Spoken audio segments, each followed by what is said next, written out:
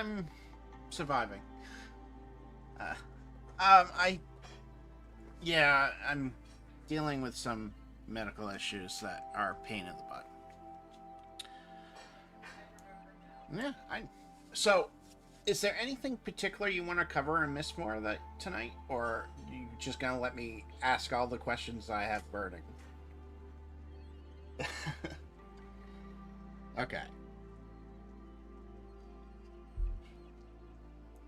Let me make sure.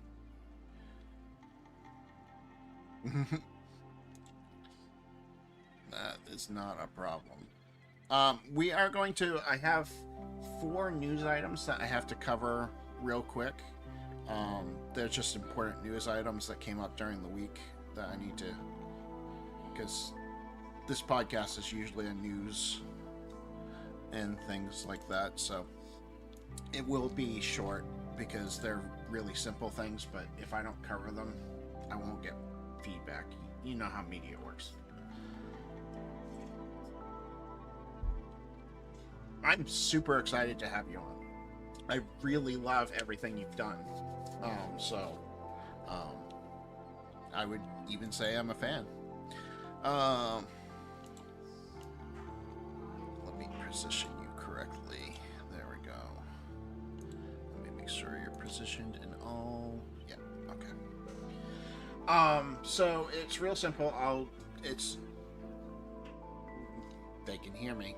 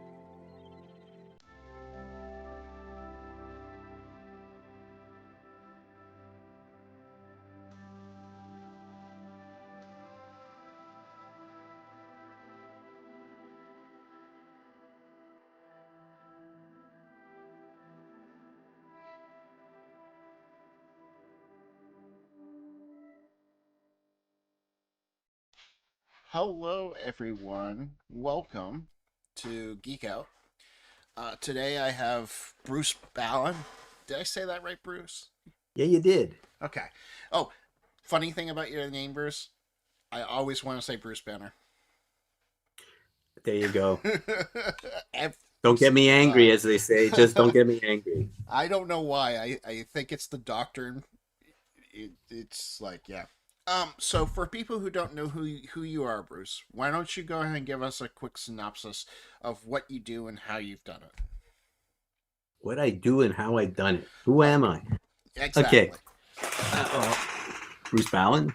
Uh, been around in the gaming field in the shadows for a few decades. By day, I'm a psychiatrist, work a lot with PTSD and addictions work for first responders and veterans and so on. But throughout most of my career, I've been doing with simulations because way back when I was younger, I was totally into D&D, Gamma World, Call of Cthulhu, and started writing for a lot of these different games as well. Scenario books. They even helped do some of the sanity system of the Cthulhu mythos way back. And thanks to COVID-19 crashing everything down around us, it got me back into connecting with all my friends I used to play with, then started running campaigns. And that led to me saying, ooh, I got the bug again. I got to start writing. And so here I am. I know that bug. That bug has been driving me for 2 years. Uh, so we're just gonna quickly talk about a couple news items that came up over the week that we have. The first being they've released the monster manual cover for D&D. It looks really cool. It's a giant beholder with players fighting it. It definitely screams monster manual. Like I said, pretty cool. But that's it. That's all they've released, which makes sense because it's not supposed to be out until 2025. The second one is this one's really interesting to me. So, Fantasy Grounds, the VTT, has hired the original chief development officer of D&D Beyond, which he did stuff with D&D Beyond that nobody else has done, and I'm interested to see what he does with Fantasy Grounds. I'm not a big Fantasy Grounds fan, but if I had to choose something other than Foundry to run my stuff in, it would be Fantasy Grounds. Um, so that's exciting to me. I'm hoping he does well and they really modify and fix some of the problems I have with Fantasy Grounds. Last but not least, no, two more things. PaizoCon happened over the weekend, and they announced Starfinder Second Edition, which I'm always excited for. And then they announced that the Pathfinder rulebook will Core 2 and War of Immortals will be the fourth and final book in the Paizo's Remaster Core Books rule series. So that pretty much kind of means they're kind of working on Pathfinder 3, it sounds like.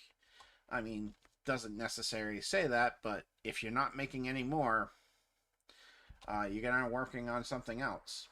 Um, and then they also released a Pathfinder board game. They also announced a Pathfinder board game that's 1 to 4 players. So that was really all that happened during Paizo, which I'm surprised because it was a 3-day event.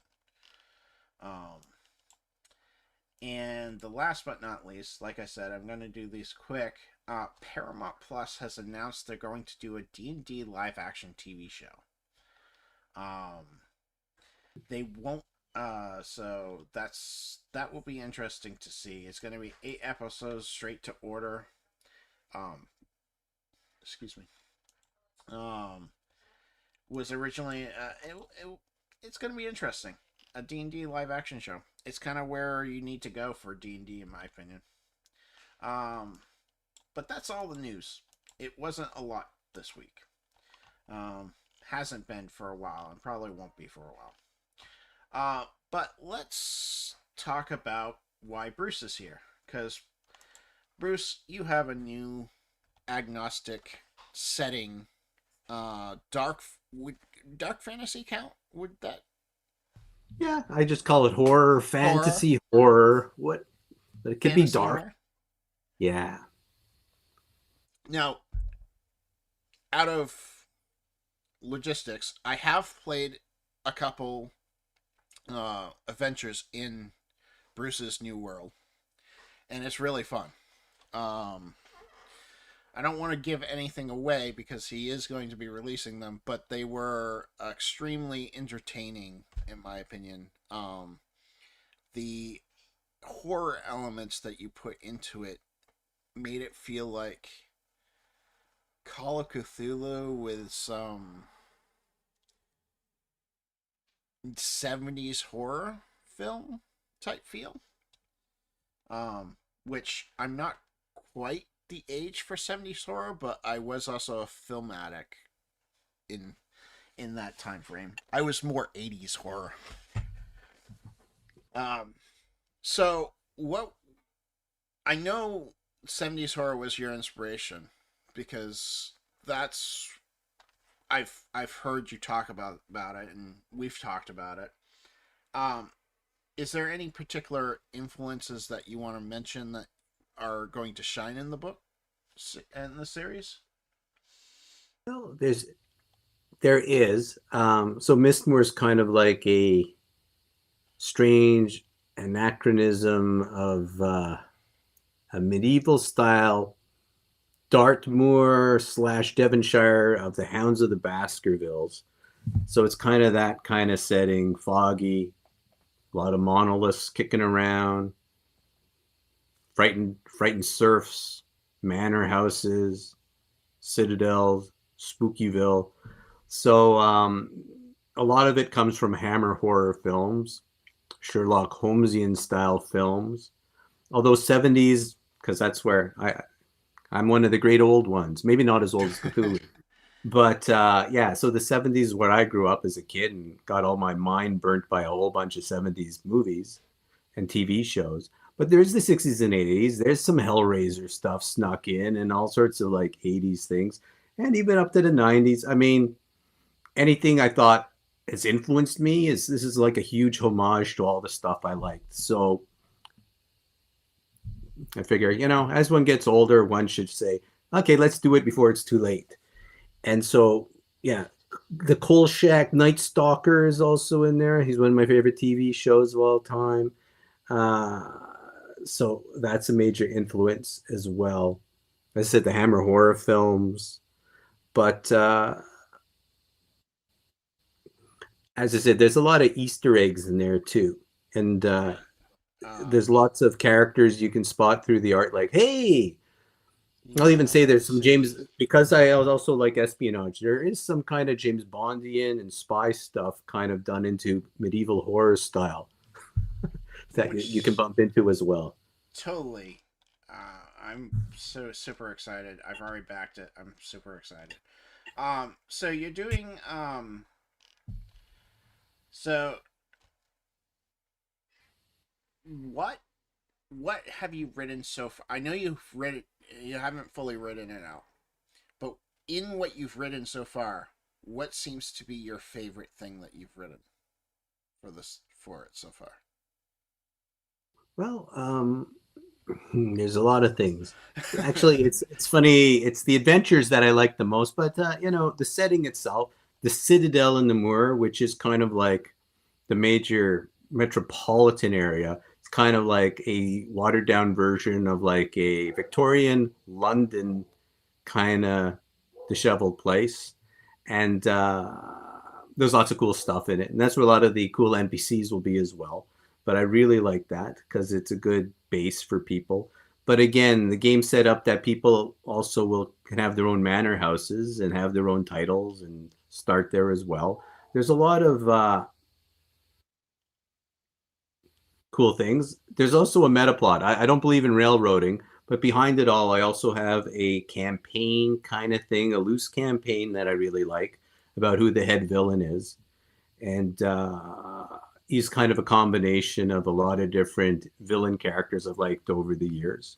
But he kind of brings the whole thing together in the sense of where almost everything that's going on in every scenario, in every place, he's behind it. So whether people want to ever use him or not, it doesn't matter. But if you wanted to actually have this dark feeling of a force slowly always there, that's my favorite part of it. Like almost a Curse of Strahd type thing? Like a Strahd feel? It's a Strahd feel, except he's kind of like no one even believes. He's just like a legend. He's a joke. He's like a boogeyman kind of thing. He's more of a mythos than a... Yeah, except that he's real. But anyways, he is real, and that he has tons of agents everywhere doing his bidding.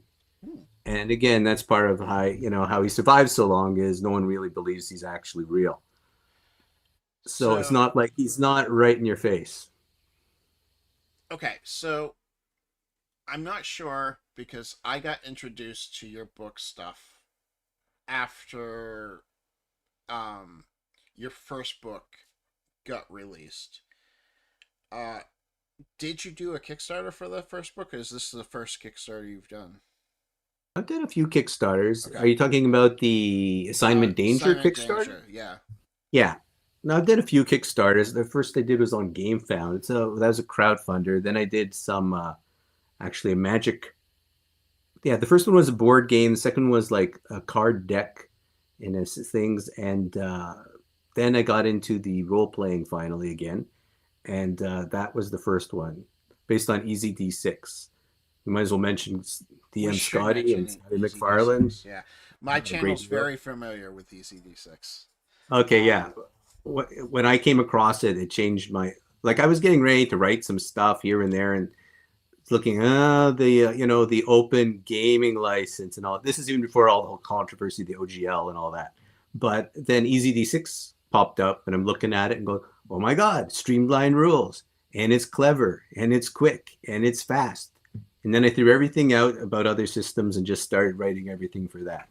I did the exact same thing. I started writing for 5e. Yeah.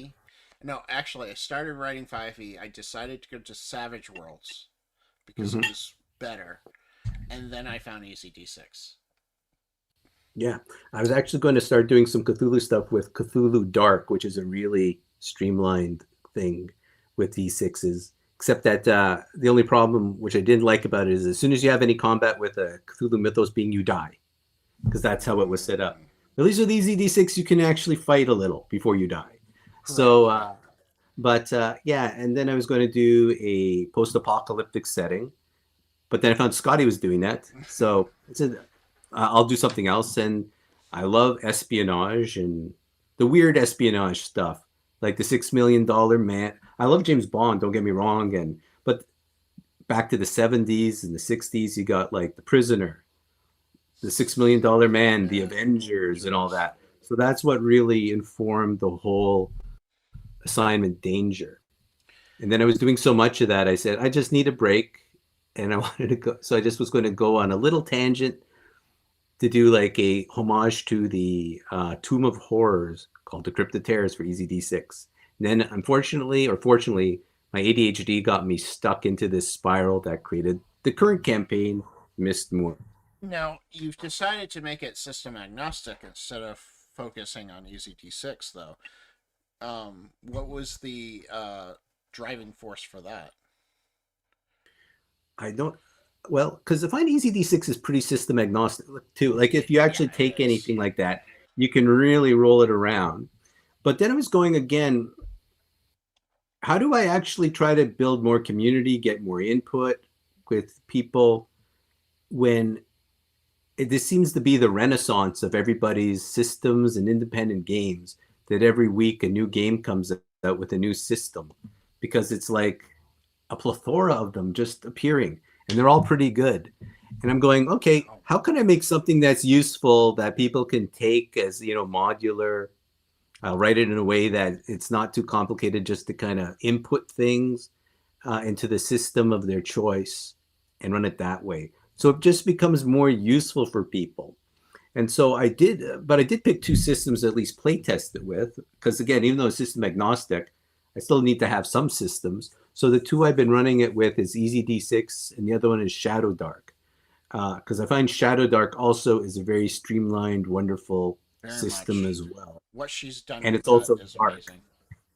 Yeah, and it has that dark feel to it as well. So I said, oh yeah, this will fit. So those are the two systems, and I'm going to write up things with those to kind of demonstrate how you can use multiple systems for this type of material. Because yeah, as I said, I don't know. Every month there's a new game system coming out, and they have some overlap and similarities. But I don't know. Again, part of this is I'm just doing this for my own enjoyment and fun, and seeing kindred spirits out there who want to like join in. And but again, those people who are doing 5e, God bless them. If they want to use this material, go for it.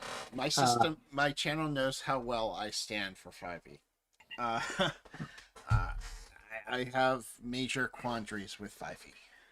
Well, 5e is just a little too over the top fantastic for me. It's too Because complicated.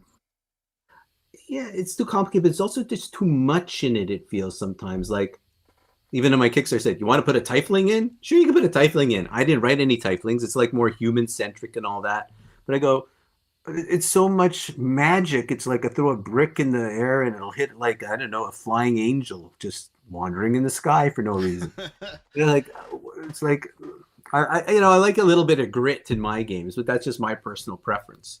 I'm sure people, I mean, D&D can be anything you want it to be, really. But I guess the setting, the default of the, I guess, Forgotten Realms and all that, is a little bit too high magic for me.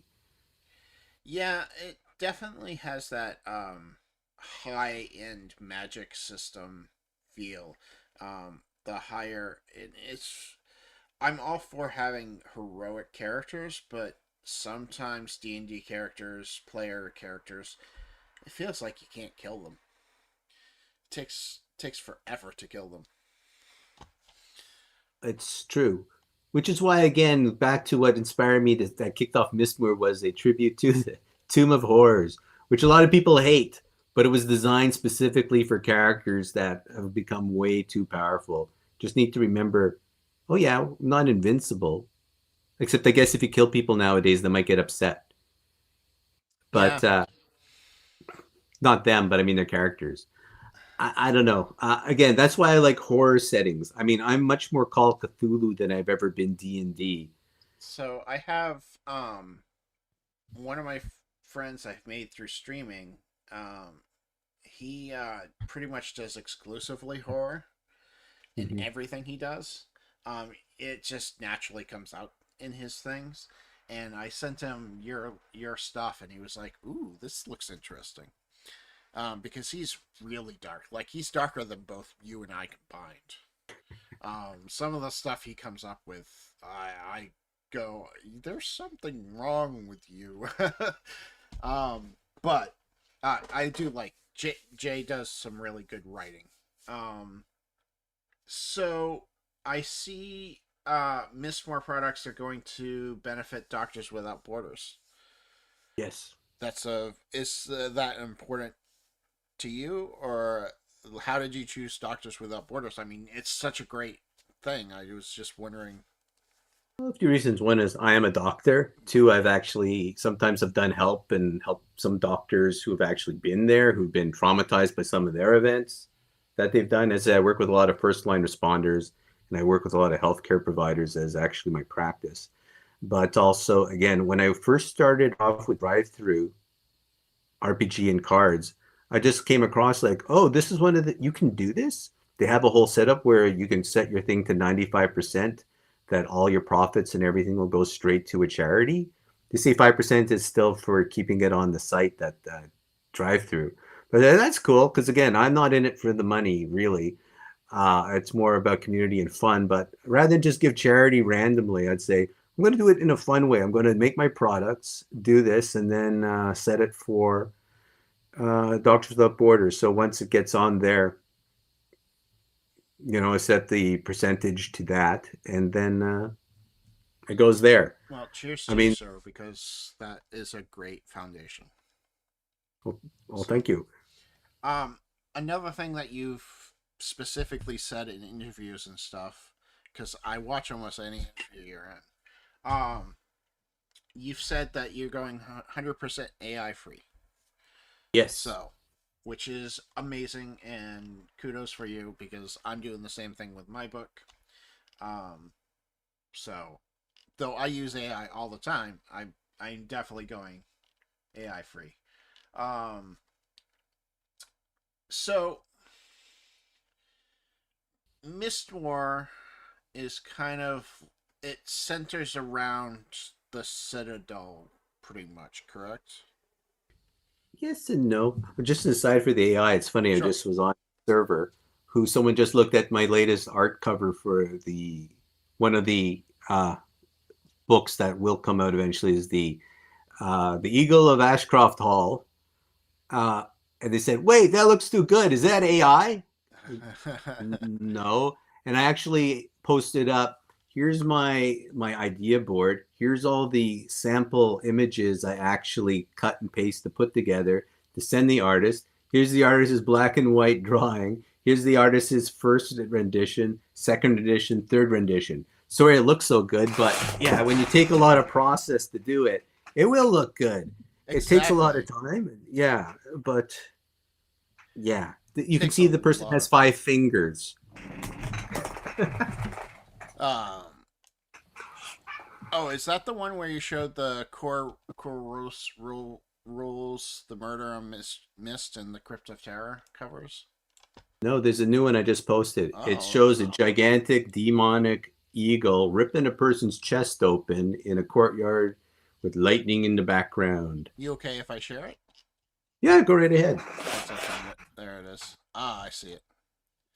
Uh,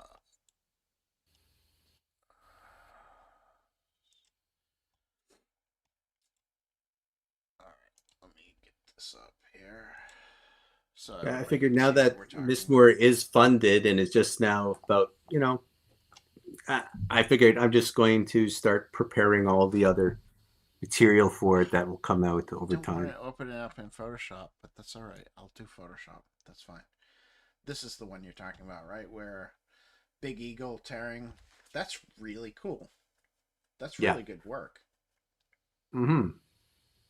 Nice. I'm Yeah, so excited. I posted on the Scottish server the exact artistic thing about how the artist did it. Unless it's a totally evil AI, uh, that has fooled me. that is awesome. I yeah, your artwork for this book has been spectacular. It's been super interesting. Yeah. You need me to be louder. Okay, Me? I'll just no me. I'll Oh, just move my mic closer because it's far away. That must sound better.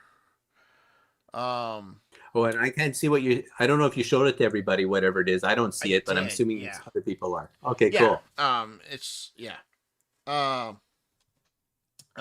Yeah. DM Tails is here, so, you, I know you're going to be on his show soon too.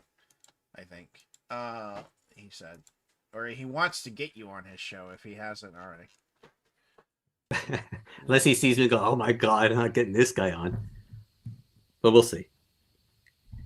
But yeah, no. One other thing is, I know some people say, I know there's a couple of controversies about art where people go also, I just want the written word. But this is actually, again, since this is more of a passion project, it is very art based as well. And in fact, part of my writing process is I like to get the art done simultaneously because it helps get me inspired and moving towards writing in different directions too. It goes back and forth. Just like I got some music for this project as well. When I listen to it, go, okay, cool. That makes me think of some new angles. And in Yeah. fact, yeah, so I have an album coming out with it, the Sirens of MYSTMOOR, and it has like songs based on different locations and characters. And then I said, okay, I'll turn all of them into NPCs too. And now they're like this mystical force. they're not like the Green Lanterns per se, but they're kind of based on the Green Lanterns, but they're music. That And kind of they're, came about in an interesting way because I'm in your Discord channel, and yeah. they they just some of the people just kind of randomly took one of your poems that you wrote and just put music to it, and then you hired them on to do more, right? Well, one person just did a reading. They just took it and said, "I'm going to do it." That's Meredith, who you've played with, Yes. actually. Yeah, so I said, "Cool, you're welcome." So yeah, anyone who's done something nice, I also turned them into an NPC character, make a kind of visual image of them, and in they go into the game. East Gillum is writing something. So you missed the beginning. So what we're talking about is we're talking about MYSTMOOR, with a Y, not an IST. Uh, and it's a system agnostic horror RPG campaign setting. Is that a good terminology for it? Yeah, fantasy based, so it's kind of that kind of unclear, medievalish, unknown exact time, probably around the 1300s, with a little Yeah. bit extra. Yeah. Oh, he was making a joke. I forget he's on almost all the same discords as I am, Okay. so he knew all of that. Let's see. I'm just so excited for this game. I don't know where to start. Like, it was when I played the adventure, it was creepy enough so I was wondering what was going on, but not creepy enough so I didn't want to play anymore. So I'm hoping that continues throughout the series, throughout the book. Um, uh, what? Well, I think I was saying, yeah, part of my philosophy is the Carl Kolchak formula for humor and horror, which it's always about you can't just keep it, you can keep it creepy-ish, but you can't keep the intensity too high all the time or people are going to get upset or just going to feel miserable. So there's got to be some ebbs and flows and some like respites here and there. At least that's how I play it. Again, the game itself, I mean, I'm going to put actually a little section in that about, some tips on how to do that, but everyone can run it however they want. But back to how you experienced it, yeah, I mean, I'm just emulating things I watched from my old 70s TV movies and shows going, hey, that's how they ran it. That's how they got me engaged. I can do that. So it's kind of like DM Tells asks. So what kind of horror is it? Is it jump scares or anticipation? Anticipation. It's more anticipation than jump scares, from what I experienced and from what I'm got from interviews with you. Is that true, Bruce? It's all sorts. I mean, again, Hammer horror style 70s things. I mean, yeah, there could be jump scares, but it's not like again, it's a horror thing. I guess how would you describe Call of Cthulhu?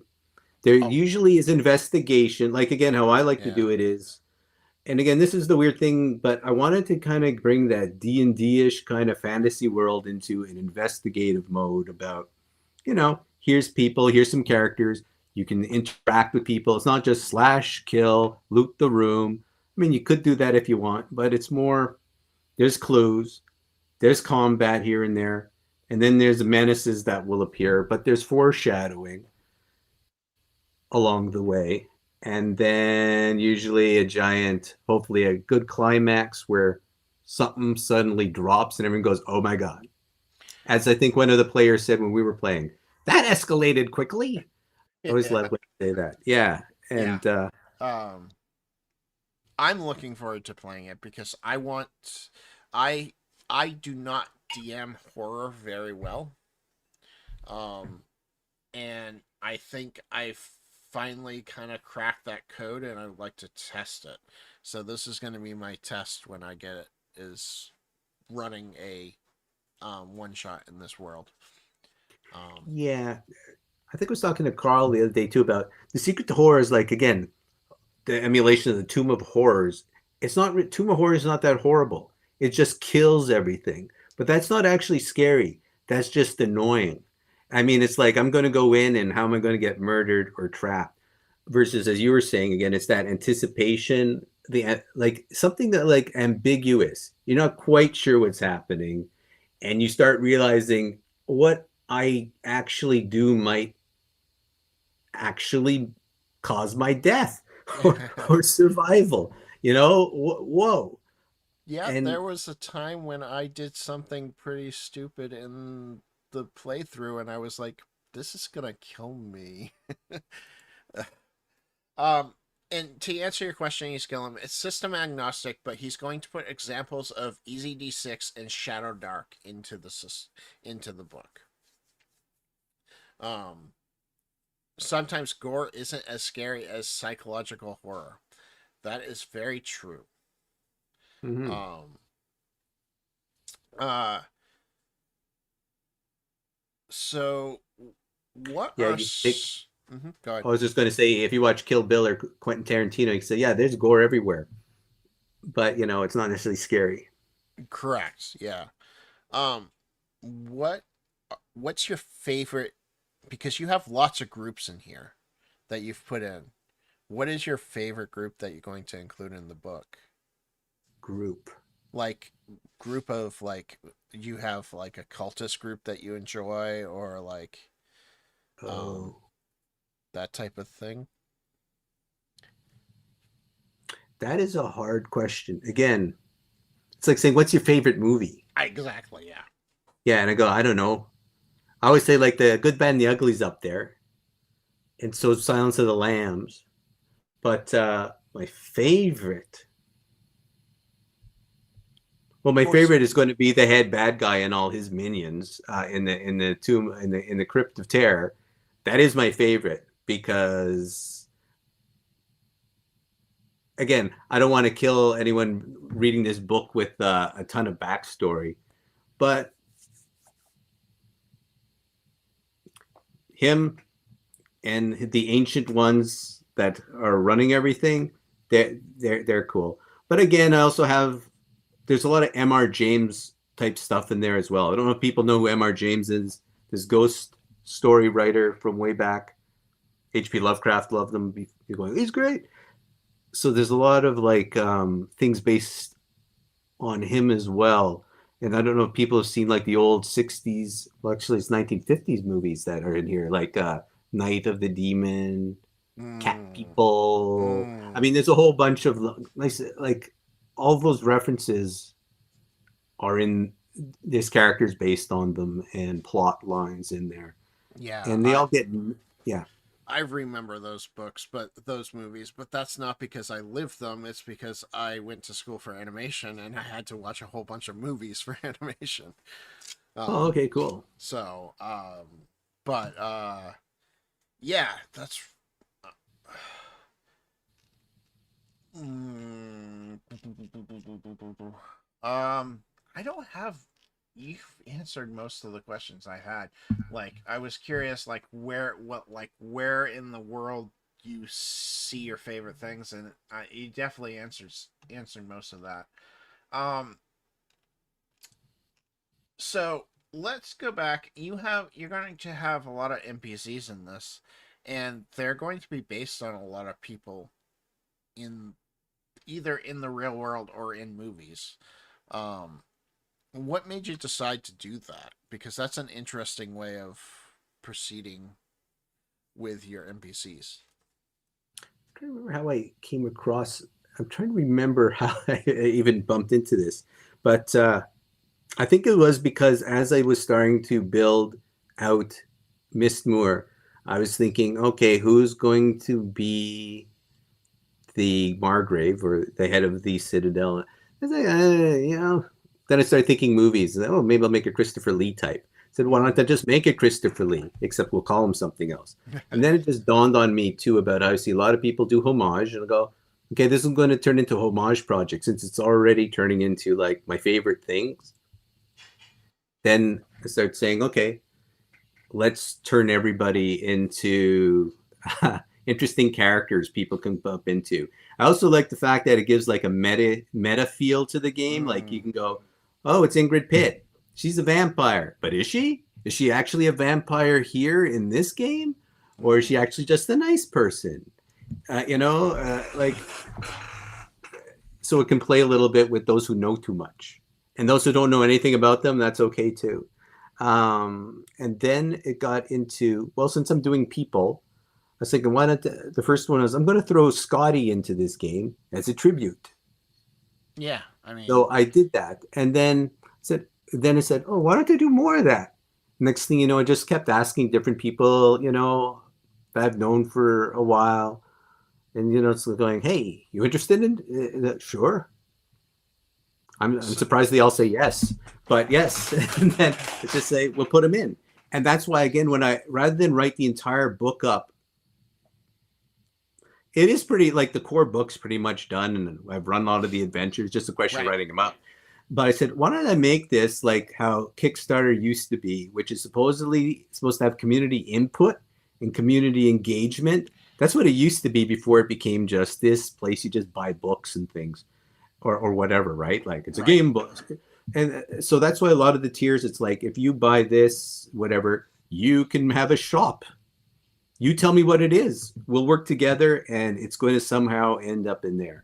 You want to really create an NPC? We'll do that. You want to have a noble house and a name and a coat of arms? Let's do that. You kind of that the actual me to do that with mine.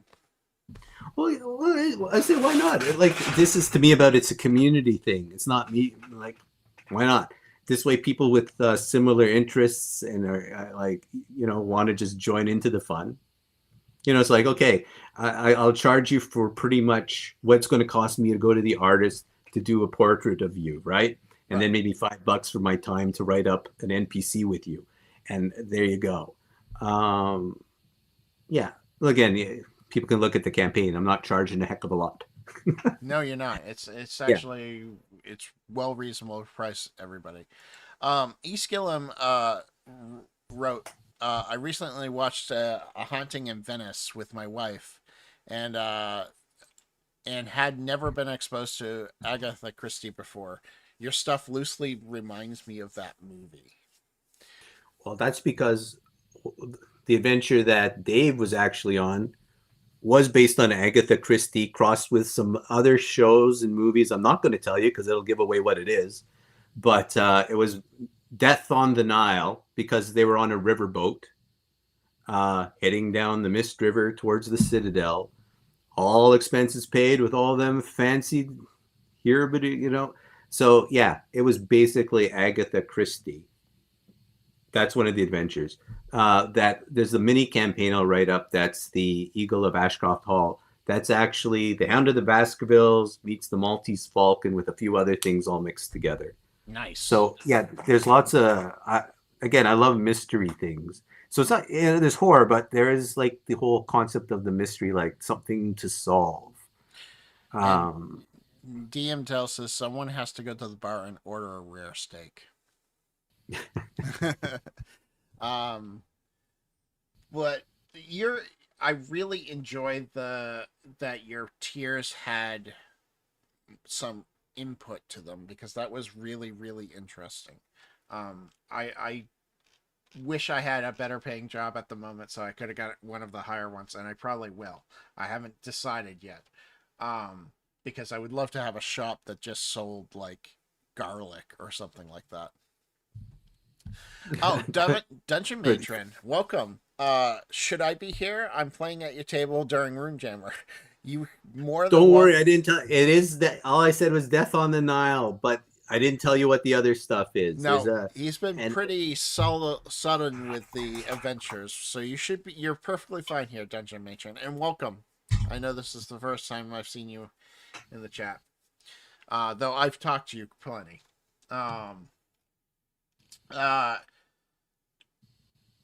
So I'm curious, as a big Eldritch horror type fan, how much influence does the Eldritch horrors have in your setting? Like, are they important to it, or is it just occasionally mentioned? It's occasionally mentioned, but there are going to be a few major elements. The head bad guy, by the way, is patron god, is an Eldritch Cthulhu type creature. but we won't say who. And I think also you might have seen on the Kickstarter, I went and talked to Ramsey Campbell, who I always like. And for those who know Cthulhu Mythos, Ramsey Campbell's the English fellow who came up with a whole bunch of cool things like Glaaki and Yagolanak, you know, the guy who has like a nice mouth. Yeah, and Ehort and all that. And I said, hey, can I put these guys in? He said, sure. So he's also now an NPC as well. And he is now the Lord Ramsey Morley. He lives in the Citadel. He's an expert on the Eldritch horrors of the area. But yeah, there's certain areas if you go into, you can run into some of these things. And there is a scenario I'm just working on right now and finishing off. It's kind of a Jack the Ripper type thing in the Citadel. Again, it's like Murder by Decree. Have you ever seen that movie? It's an Yes, old. I have. Yeah, so it's kind of like one of those mystery things about who is this Jack the Ripper, but this is a Cthulhu Mythos entity. And yes, he's called the Menace of Hungry Jack. That's his name. Good old Hungry Jack. So yeah, just finishing that off. Yeah, so because how can I not put Cthulhu in? I said this is homage to everything I love, and so Cthulhu's in there for sure. Not the Cthulhu, but some of his mythos, definitely. Well, I don't want to keep you too long, Bruce, and we've already been talking for almost an hour. But everybody, if you not backing this setting, and you like horror, it's gonna have everything in it from what I saw. I mean, it's not really missing much. And there's some really neat, like I said, neat rewards that you can get. Like you can get like a the Citadel Merchant Guild, and actually have a shop in the book. It's you're doing amazing work, Bruce, as always. Well, thank you, thank you. I don't know if it's going to have everything in it, but it certainly have a lot of fun stuff. I do really love your and thank you again for letting me use your psychology system for Easy D6 in my game. I appreciate that quite a bit. Oh no problem. And I'm actually going to put that into MYSTMOOR as well for those who want that optional kind of sanity blasting things. I know every time I ask you guys when we play test it, you guys want to use it? Everyone, no. One day I'll put it back in. Dungeon Matron says, "Oh, I just got here. Can you say everything again?" But thank you, Bruce. And thank you everybody for coming by. And Dungeon Matron, stop by a little bit more. I do these weekly podcasts, and every Friday I do a live play. So stop by and say hi. Even if it's only for 5-10 minutes, we appreciate it. All right, so you guys, thank you, everyone. I am just going to end it this week, instead of rating someone, because this kind of feels like it should be ended. But you guys have a wonderful night, and thank you, Bruce, so much. And DM Tail says, Bruce, we'll chat soon. So, okay. Thank you for having me on, Dave. No problem. Thanks, everyone.